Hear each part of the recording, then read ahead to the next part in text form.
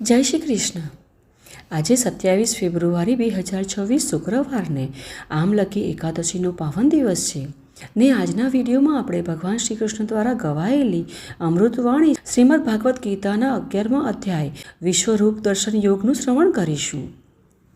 અર્જુનની ભક્તિને પોષણ અને તીવ્ર કરવા માટે ભગવાન શ્રી કૃષ્ણએ પાછલા અધ્યાય એટલે કે 10મા અધ્યાયમાં પોતાની દિવ્ય વિભૂતિઓ ઐશ્વર્યનું વર્ણન કર્યું હતું. તેમણે 10મા અધ્યાયમાં ઉલ્લેખ કર્યો હતો કે સમસ્ત સૌંદર્ય, મહિમા અને શક્તિ તેમની અસીમ ભવ્યતાની માત્ર એક જ્યોતિ બરાબર છે. શ્રી કૃષ્ણ કહે છે કે હું આ આખાય બ્રહ્માંડને પોતાની યોગ શક્તિના એક અંશ માત્રથી ધારણ કરીને સ્થિત છું. જે પણ વિભૂતિયુક્ત એટલે કે ઐશ્વર્ય સંપન્ન, શોભાયુક્ત અને શક્તિયુક્ત પદાર્થો છે એને હે અર્જુન, તું મારા તે સામર્થ્યના એક અંશની જ અભિવ્યક્તિ સમજ. આમ ભગવાન શ્રી કૃષ્ણ સ્પષ્ટ શબ્દોમાં કહે છે કે આખું બ્રહ્માંડ તેમના એક અંશ માત્ર બરાબર જ છે અને આખાય બ્રહ્માંડના કણે કણમાં ભગવાન શ્રી કૃષ્ણનો વાસ છે.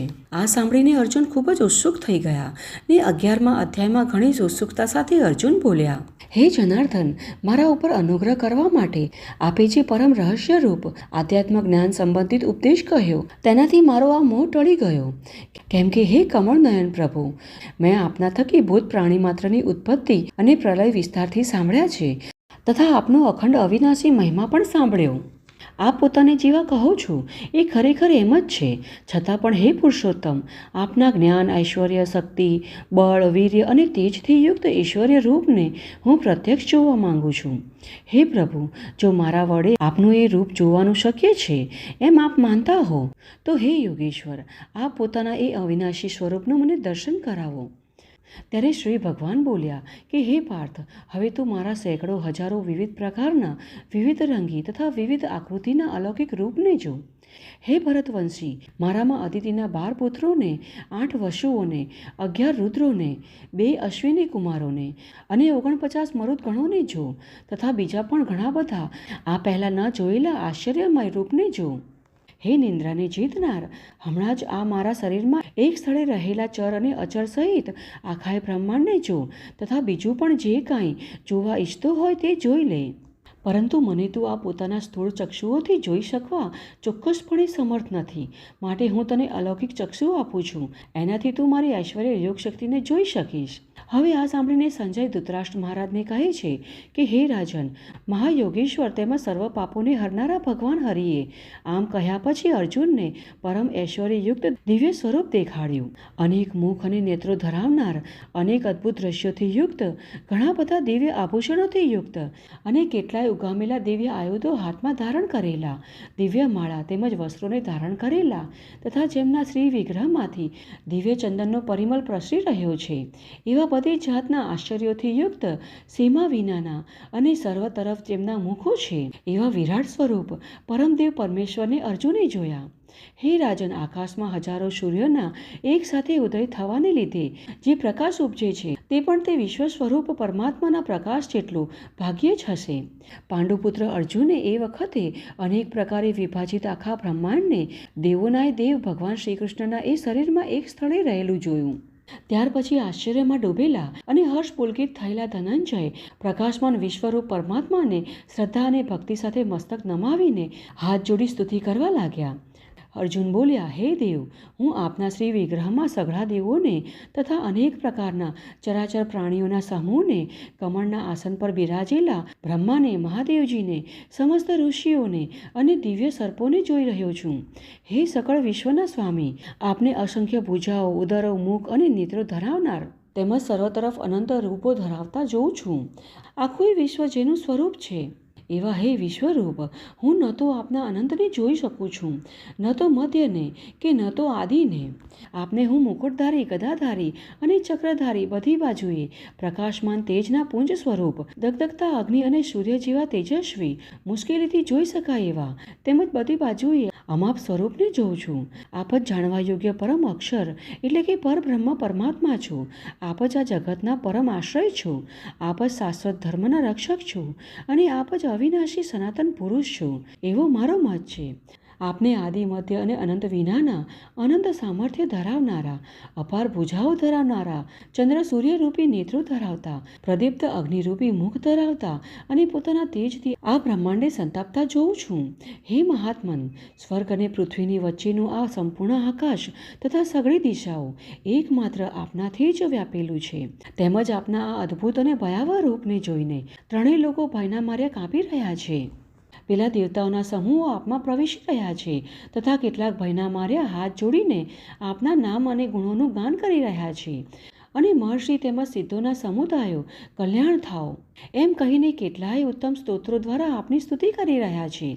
જે 11 રુદ્રો અને 12 આદિત્યો તથા 8 વશુઓ, 12 સાધ્યો, 10 વિશ્વદેવો, 2 અશ્વિની કુમારો, મરોડ ગણો અને પિતૃદેવોનો સમુદાય તથા ગંધર્વો, યક્ષો, રાક્ષસો અને સિદ્ધોના સમુદાયો છે. એ બધાય છક થઈને આપને જોઈ રહ્યા છે. હે મહાબાહો, આપના ઘણા મુખ અને નયનોથી યુક્ત, ઘણા હાથો, જંઘા અને ચરણ ધરાવનારા, અનેક ઉદરો ધરાવતા અને બધી દાઢીઓને કારણે અત્યંત વિકરાળ અને મહાન રૂપને જોઈને બધા લોકો વ્યાકુળ થઈ રહ્યા છે. તેમજ હું પણ આકુળ વ્યાકુળ થઈ રહ્યો છું.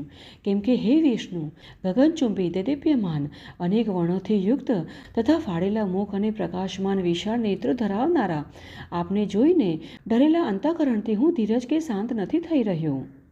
તેની દાઢીઓને લીધે વિકરાળ અને પ્રલયકારના અગ્નિ જેવા પ્રજ્વલેલા આપના મુખને જોઈને હું દિશાઓને નથી ઓળખી શકતો અને સુખ પણ નથી પામી શકતો. માટે હે દેવોના સ્વામી, હે જગતના આધાર, આપ પ્રસન્ન થાઓ. ધૃતરાષ્ટ્રના પેલા બધા જ પુત્રો રાજાઓના સમૂહ સમેત આપમાં પ્રવેશી રહ્યા છે. અને પિતામાં ભીષ્મ, દ્રોણાચાર્ય તથા પેલા કર્ણ અને આપણા પક્ષના પણ ઘણા યોદ્ધાઓ સમેત એક એક તેણી દાઢીઓના લીધે વિકરાળ આપના ભયાવહ મુખમાં ઘણા વેગથી દોડીને પ્રવેશ કરી રહ્યા છે. અને કેટલાક તો ભૂખ્ખો થયેલા માથા સહિત આપના દાંતોની વચ્ચે ભીસાયેલા દેખાય છે. જેમ નદીઓના અનેક જળ પ્રવાહો સહજ રીતે સાગર તરફ દોડી જાય છે, એટલે કે સાગરમાં સમાહિત થઈ જાય છે, એ જ રીતે નરલોકના સર્વશ્રેષ્ઠ શૂરવીરો પણ આપના પ્રજ્વળતા મુખમાં પ્રવેશી રહ્યા છે, એટલે કે આપમાં લીન થઈ રહ્યા છે. જેમ પતંગિયા મોહને વશ થઈ નષ્ટ થવા માટે પ્રજ્વલિત અગ્નિમાં ઘણા વેગથી ઉડતા ઉડતા જાતે જ પ્રવેશતા જ હોય છે, એમ જ આ સર્વ પણ પોતાના નાશને માટે આપના મુખમાં અતિ વેગથી જાતે જ પ્રવેશી રહ્યા છે. આપ એ સમસ્ત લોકોને પ્રજળતા મુખો દ્વારા કોળિયો કરતા ચારેય કોરથી વારંવાર ચાટી રહ્યા છો. હે વિષ્ણુ, આપનો ઉગ્ર પ્રકાશ સકળ બ્રહ્માંડને તેજથી ભરી દઈને સંતાપી રહ્યો છે. મને જણાવો કે ઉગ્ર રૂપધારી આપ કોણ છો? હે દેવાદિદેવ, આપને નમસ્કાર કરું છું. આપ પ્રસન્ન થાઓ. આદિપુરુષ આપને હું વિશ્વરૂપે ઓળખવા માંગુ છું, કેમ કે હું આપની પ્રવૃત્તિને નથી સમજી શકતો. ત્યારે ભગવાન કહે છે, હું લોકોનો સંહાર કરનાર વધી ગયેલો મહાકાળ છું ને અત્યારે આ લોકોનો સંહાર કરવા માટે હું પ્રવૃત્ત થયો છું. માટે જે પ્રતિપક્ષીઓની સેનાઓમાં રહેલા યોદ્ધાઓ છે એ બધા તારા વિના પણ નથી રહેવાના. એટલે કે તું યુદ્ધ નહીં કરે તો પણ આ સર્વનો નાશ તો નિશ્ચિત જ છે. માટે તું ઊભો થા ને યશ મેળવ અને શત્રુઓને જીતીને ધન ધાન્યથી સમૃદ્ધ રાજ્યને ભોગવ. આ સર્વે શૂરવીરો પહેલેથી જ મારા વડે હણાયેલા છે. હે સવ્યસાચી, તું તો કેવળ નિમિત્ત માત્ર થા. દ્રોણાચાર્ય, ભીષ્મ પિતામહ, જળદ્રથ, કર્ણ અને બીજા પણ ઘણા બધા મારા વડે હણાયેલા શૂરવીર યોદ્ધાઓને તું હણ ને ભય રાખીશમાં. ચોક્કસ તું યુદ્ધમાં વેરીઓને જીતીશ. માટે ઊભો થા અને યુદ્ધ કર. આ સાંભળી સંજય બોલ્યા.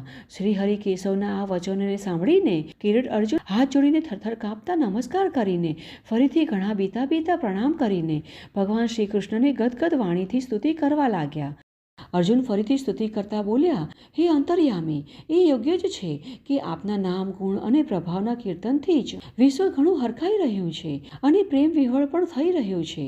તેમજ ભય પામેલા રાક્ષસો આમ તેમ નાસી રહ્યા છે તથા સર્વે સિદ્ધ ગણોના સમૂહ નમસ્કાર કરી રહ્યા છે. હે પરમાત્મા, હે મહાત્મન, બ્રહ્માના પણ આદિ કરતા અને સૌથી મોટા આપને તેઓ કેમ ન નમે? કેમ કે હે અનંત, હે દેવતાઓના ઈશ, હે વિશ્વના પરમ આધાર, જે સત અસત અને એ બેથી પણ અક્ષર એટલે કે સચ્ચિદાનંદ ઘન બ્રહ્મ છે, એ આપ છો. આપ આદિદેવ અને સનાતન પુરુષ છો. આપ આ જગતના પરમ આશ્રય, જાણનારા, જાણવા યોગ્ય અને પરમ ધામ છો. હે અનંત રૂપ, આપનાથી આ આખું વિશ્વ વ્યાપેલું એટલે કે પરમ પૂર્ણ છે. એટલે કે પરિપૂર્ણ છે. આપ વાયુ, યમ, અગ્નિ, વરુણ, ચંદ્રમા અને પ્રજાના સ્વામી બ્રહ્મા છો તથા બ્રહ્માના પણ પિતા છો. આપને વારંવાર નમસ્કાર, હજારો વાર નમસ્કાર તથા ફરી પાછા એથી પણ વધારે વારંવાર નમસ્કાર.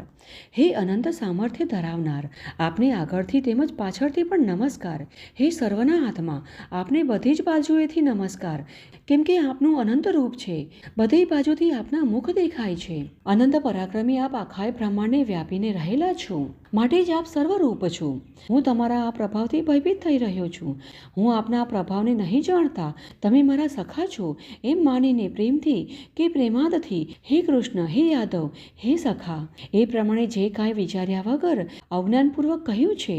અને હે અચ્યુત, આપ જે મારા વડે વિનોદ ખાતર વિહાર, શૈયા, આસન અને ભોજ આદિ કરતી વખતે એકાંતમાં કે પછી એ સખાઓની સામે પણ અપમાનિત કરવામાં આવ્યા છો, એ સર્વ અપરાધો અપ્રેમ સ્વરૂપ એટલે કે અચૈતન્ય પ્રભાવના આપને હું ક્ષમા કરવાની પ્રાર્થના કરું છું. આપ આ ચરાચર જગતના પિતા, સૌથી મોટા ગુરુ અને ઘણા પૂજનીય છો. હે અતુલ પ્રભાવ ધરાવનારા, ત્રણેય લોકમાં આપના સમાન બીજું કોઈ નથી. પછી ચડિયાતો તો ક્યાંથી કોઈ હોય. માટે હે પ્રભુ, હું શરીરને સારી પેઠે ચરણોમાં નિવેદિત કરીને પ્રણામ કરીને સ્તુતિને યોગ્ય આપ ઈશ્વરને પ્રસન્ન થવા માટે પ્રાર્થું છું. હે દેવ, પિતા જેમ પુત્રના, સખા જેમ સખાના અને પતિ જેમ પ્રિયતમા પત્નીના અપરાધોને સહી લે છે, એમ જ આપ પણ મારા અપરાધોને સહી લેવા યોગ્ય છો. હું પહેલાંના જોયેલા આપના આ આશ્ચર્ય રૂપને જોઈને હરખાઈ પણ રહ્યો છું અને મારું મન ભયને લીધે ઘણું જ વ્યાકુળ પણ થઈ રહ્યું છે. માટે જ આ પોતાનું પેલું ચતુર્ભુજ વિશ્વ સ્વરૂપ જ મને દર્શાવો. હે દેવેશ, હે જગન નિવાસી, પ્રસન્ન થાઓ. હું એવા જ આપને મુકટધારી તથા ગદા અને ચક્ર હાથમાં ધારણ કરેલા જોવા ઈચ્છું છું. માટે હે વિશ્વ સ્વરૂપ, હે હજારો હાથવાળા, આપ એ ચતુર્ભુજ રૂપે પ્રગટ થાઓ. ત્યારે શ્રી કૃષ્ણ બોલ્યા કે હે અર્જુન, તારા પર અનુકંપા કરીને મેં પોતાની યોગ શક્તિના પ્રભાવે આ મારું ઉત્કૃષ્ટ તેજમય, સર્વનું આદિ અને અસીમ વિરાટ રૂપ તને દર્શાવ્યું છે, જેને તારા સિવાય બીજા કોઈએ પહેલાં નહોતું જોયું. હે કુરુવંશીઓમાં શ્રેષ્ઠ વીર, મનુષ્ય લોકમાં આવો વિશ્વધારી હું તારા સિવાય બીજા કોઈ નથી. ન તો વેદ અને યજ્ઞોના અધ્યયનથી જોઈ શકાયો છું, ન દાનથી જોઈ શકાયો છું, ન શાસ્ત્ર વિહિત કર્મોથી જોઈ શકાયો છું, કે ન આકરા તપોથી પણ જોઈ શકાયો છું. મારા આવા આ વિકરાળ રૂપને જોઈને તું વ્યાકુળ પણ ન થા અને મૂઢભાવ પણ ન થાવ. તું નિર્ભય અને પ્રસન્નતામય થઈને એ જ મારા આ શંખ, ચક્ર, ગદા, પદ્મધારી ચતુર્ભુજ રૂપને ફરીથી જો. આ જોઈને સંજય બોલ્યા, હે રાજન, વાસુદેવ શ્રી હરિએ અર્જુનને આ પ્રમાણે કહીને પાછું એવું જ પોતાનું ચતુર્ભુજ દર્શાવ્યું અને પછી સૌમ્ય મૂર્તિ થઈને આ ભય પામેલા અર્જુનને મહાત્મા શ્રી કૃષ્ણએ ધીરજ આપી. આ જોઈ અર્જુન બોલ્યા, હે જનાર્દન, આપના આ પરમ શાંત મનુષ્ય રૂપ જોઈને હવે હું સ્થિરચિત્ત થઈ ગયો છું અને પોતાની સ્વાભાવિક સ્થિતિને પામી ચૂક્યો છું. ત્યારે શ્રી કૃષ્ણ બોલ્યા, મારું જે ચતુર્ભુજ રૂપ તે જોયું છે એ સુદૃશ્ય છે, એટલે કે એના દર્શન થવા ઘણા દુર્લભ છે. દેવતાઓ પણ સદા આ રૂપના દર્શનની ખેવનાક રાખ્યા કરે છે. જેવું તે મને જોયો છે એવું ચતુર્ભુજ રૂપ ધારી હું ન તો વેદોથી જોઈ શકાઉં છું, ન તપથી જોઈ શકાઉં છું, ન દાનથી જોઈ શકાઉં છું, કે ન યજ્ઞથી જોઈ શકાઉં છું. પરંતુ હે પરમ તપ અર્જુન, અનન્ય ભક્તિ દ્વારા આવું ચતુર્ભુજ રૂપ ધારી હું પ્રત્યક્ષ દેખાવા માટે, તત્વથી જાણવા માટે તથા પ્રવેશ કરવા એટલે કે એકાત્મ ભાવે પ્રાપ્ત થવા માટે પણ શક્ય છું. હે પાંડુપુત્ર, જે માત્ર મારા ખાતર જ સઘળા કર્તવ્ય કર્મોને કરનારો છે, મારે પરાયણ છે, મારો ભક્ત છે, આસક્તિ વિનાનો છે અને સર્વ પ્રાણીઓના પ્રત્યે વેરભાવથી રહિત છે, એ જ અનન્ય ભક્તિયુક્ત માણસ મને પામે છે. इति श्रीमद्भागवत गीता सुपनिषस्तु ब्रह्म विद्यायां योगशास्त्रे श्रीकृष्णार्जुन संवादे विश्वरूप दर्शन योग नामोकादशो अध्याय. એટલે કે શ્રીમદ ભાગવત ગીતાનો વિશ્વરૂપ દર્શન યોગ 11મો અધ્યાય સમાપ્ત. તો અમને આશા છે કે આજના આ એકાદશીના નિમિત્તે શ્રીમદ ભાગવત ગીતાના 11મા અધ્યાયનું શ્રવણ કરવું તમને સારું લાગ્યું હશે. જો તમને આમાં થોડો પણ આનંદ થયો હોય અને થોડું પણ જો તમને આ સાંભળવામાં થોડો પણ આનંદ થયો હોય તો આને તમારા મિત્ર અને પરિવારમાં પણ શેર કરજો, જેથી કરી શ્રીમદ ભાગવત ગીતા સાંભળવાનો લાભ અને પુણ્યફળ તેમને પણ મળી શકે. અને સાથે જો તમે આ ચેનલ પર પહેલીવાર આવ્યા છો તો આ ચેનલને સબસ્ક્રાઇબ કરી લેજો, જેથી કરી અમારા દ્વારા આવનારી આવી જ વૈદિક અને પ્રમાણભૂત અને મહત્વપૂર્ણ કથાઓ અને માહિતીઓ તમારા સુધી સરળતાથી પહોંચી શકે. તો ચાલો આવી જ વૈદિક અને પ્રમાણભૂત કથાઓ તેમજ માહિતીઓ સાથે ફરી મળીશું. જય શ્રી કૃષ્ણ.